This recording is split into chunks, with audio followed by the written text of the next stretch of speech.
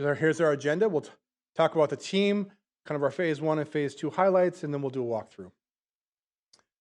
The web design team that was involved with kind of spearheading all the changes in process, listed there, Phil, some of our members up today, Landon Hall, Heidi, myself, Adrian, and Bryce. We met quite frequently over the last 8 months as we worked through all the iterations, but it's been a really good process, I think. It's a good team process. Phase 1 we launched in February. It was just really the new look and design. Give it a real modern feel to the website. Before it was just a static website, so it wasn't responsive to any tablets or cell phone usage. So now we've updated that to a responsive design as well. Phase 2 was our most recent launch, our most comprehensive increase to things, which is what we're going to walk through today as well. Just started here in August. So some of you have been out there already, possibly. You were definitely out there if you registered for conference, at least the new registration form. But we've got a number of features, including our personal accounts, a number of sharing resource options, our updated system matrix and the roster, as well as our listservs. So we're going to walk through each of these pieces here in the next 15 minutes or so. Okay. Oh, we'll switch over to the web. I'll walk through the creation of account really quickly for you all. Because the first thing, if any of you used to go to our old site, we used to have one member password or login credential and password. We no longer have that any longer. You can now create your own personal account so you can remember your own password, and hopefully you'll remember that better than the one that we had created. But this is what the registration screen will look like when you go out. When you attempt to log in, actually there'll be a register drop down under the member resources page, where you'll enter your very basic information, set up your own account. Emails will require you to list a member institution email address. So only those schools that are member institutions will automatically gain access. You won't be able to use a Hotmail, Gmail, any other personal account in order to access these materials. We're very intentional in trying to make sure that only our members could gain access to our member areas. And lastly, I wanted to point out, we do have a checkbox here that when you sign up to join a member account with the website, you're automatically added to the mass listserv in terms of notifications, so you'll get notices of conferences, updates to the website, those kinds of things. So really, it's the mass communication tool that we've been utilizing all along. It just automatically registers your account to that list. All right. I'm going to go back and log in. See, there's the register option here. I'm going to go ahead and log in so that Heidi can walk you through some of the features we have.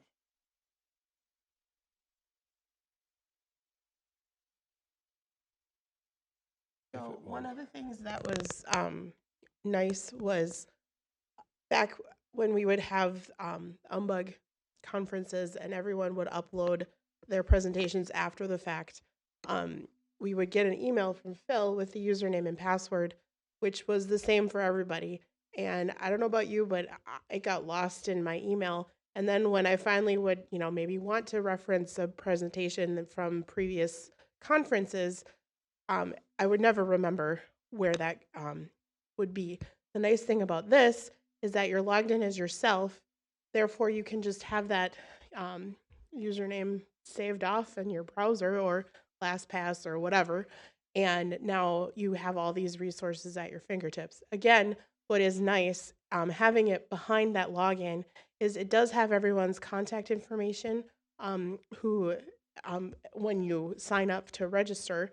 So if you are in a Birds of a Feather meeting and want to reach out to someone, or you're wondering, does Macalester use Cognos? I can't remember. All those resources are here behind that login. So we'll start with the conference resources. This has all the session materials, and I believe it's searched by category. So if you are trying to, maybe you're implementing something in DegreeWorks, or you're wondering about a course program of study or something like that, you can particularly drill down to the specific um, topic that you're looking for, and then it'll bring up the date from when it was presented on at the conference, the short description, as well as the PowerPoint. I was logging in here to sign up for the conference or look at the agenda. I can't remember. And I was looking, I'm like, oh my goodness, I had no idea there were all these degree work sessions out there from, 2010. I wasn't even thinking about degree works until 3 years ago when my job kind of changed to start looking at that. So I just wanted to make sure we could point that out for everybody, that even though it's a new website, it has a whole lot of historical presentations out there. Um, what else? I want to talk about the system matrix or the shared documents.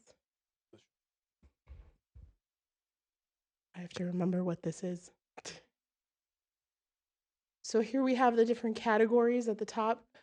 We have things specifically for the rosters of who's on the steering committee for the different schools. Remind me again the categories at the top, and remember us talking about them. Most of them are most of the categories are based on our birds of a feather, though there are some categories out there. This is a copy of the, the DBA call that many of our tech folks have been involved with for many years.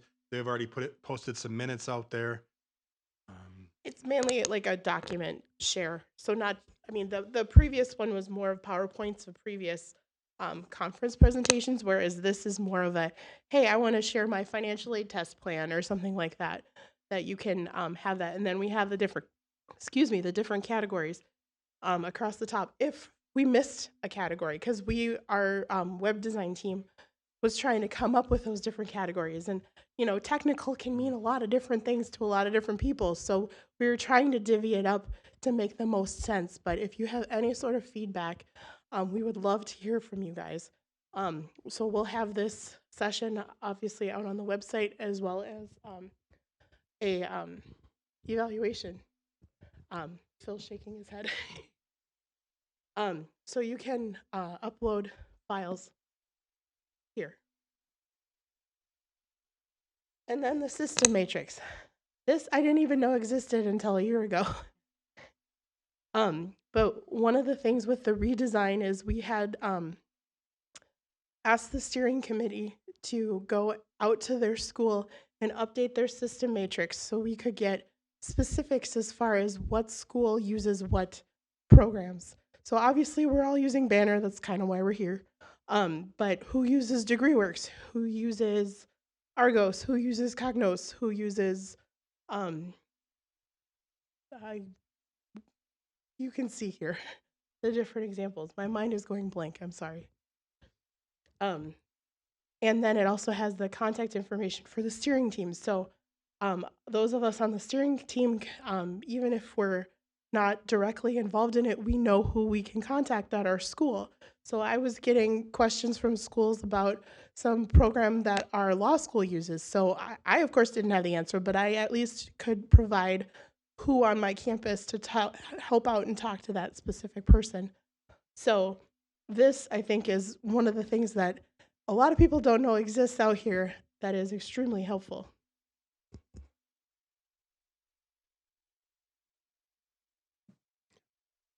Or anything else? Ah, yes. If you're wondering what schools are part of Umbug, you have the membership roster.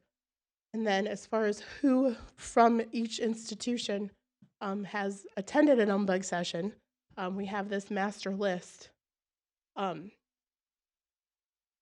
Is that? I just did a search for registrar. Okay.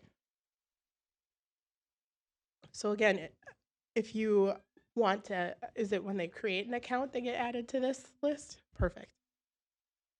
So if you're looking for someone's contact information and you just remember that their name was Angie from Concordia College, you can try and, find that person in the roster.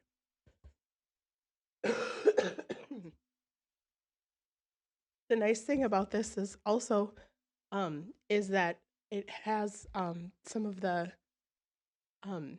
evaluations we can now do online. So registration, we used to, like Phil pointed out when we were talking before this, he used to print off agendas for everybody to have. And this time we really just needed the last minute room assignments because we didn't need to have that whole thing printed out. The evaluations didn't have to be printed out. So from a sustainability perspective, this website is a lot more user friendly and it's eliminating a lot of paper in regards to our conference. And last, I wanted to highlight the listserv functionality. Last year, we were sitting with the, apologize for that. Last year, when we were sitting with the steering team, we were talking about other tools like Slack and other tools we could utilize to increase communication amongst members when we're away from the conference. And we went round and round and ultimately someone said, I want to be able to just access this from my email so I can maintain that communication without having to log into a separate site, remember to go out there, those types of things. So we set up some listservs which you can elect to get involved with. All you do is, once you gain access to our member site, I'm going to click on the Student Degree Work since I'm already signed up as a member, but I wanted to show you that once you do, there's a confirmation process you run through quickly to confirm your membership to the listserv. But once you're here, we've kept everything on our website so you don't have to go to extra software as well to make changes. But I can unsubscribe by clicking a button here. You can search our archives if you desire to. The archives is hosted through groups.io. There's at the bottom of each member page, there's a video on how you can access the archives that was put together by Adrian for us. It would show you how to walk through and get connected to those archives so you can go see if there's any archival information you'd like to view. Also changes you can make. You can determine whether you're going to be set to get a daily digest, or if you want to get individual emails, all those pieces. It also shares here where you send your email address, an email to if you were going to ask a question of members of that group. All of this stuff is located very centrally. Just thought I know I'm not part of the advancement group, but if you were to click into the advancement group,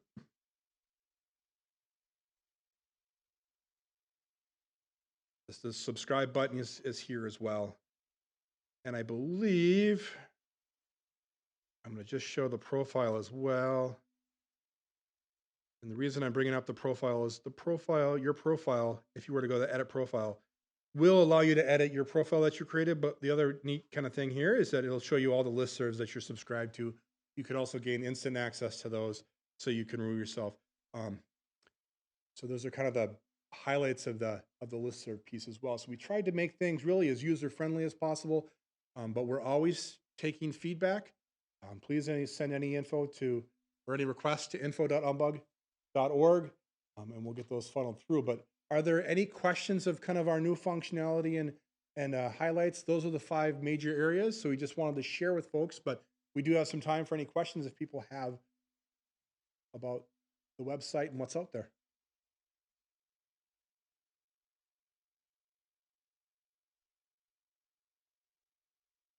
Thank you.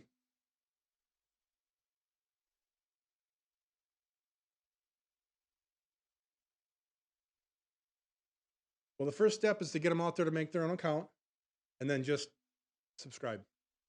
Really all they have to do to get there, then it's just sending emails out to folks who are in the group to kind of engage folks in conversation.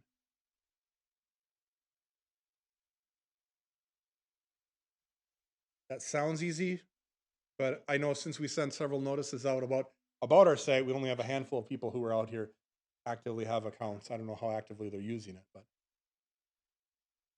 we are seeing that website usage is up, which is great because that was the whole point of creating our website, is that we get more people out there doing more than just the registration form for conference.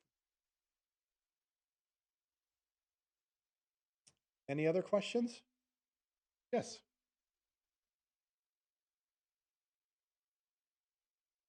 Thank you. That's a great question. It does say on the Citron Matrix page that, and we haven't told, we're going to tell them tomorrow morning, but our primary contacts will be the people that will be in charge of updating for their institution. they'll actually have edit access to that page where they can make updates as needed to that system matrix. But so just send information to your institutional contact for that.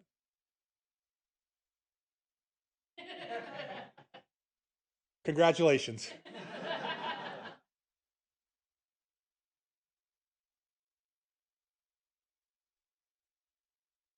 Any other questions?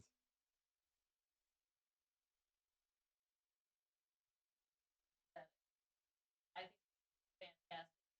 More people out. So thank you guys for all the time spent putting it together.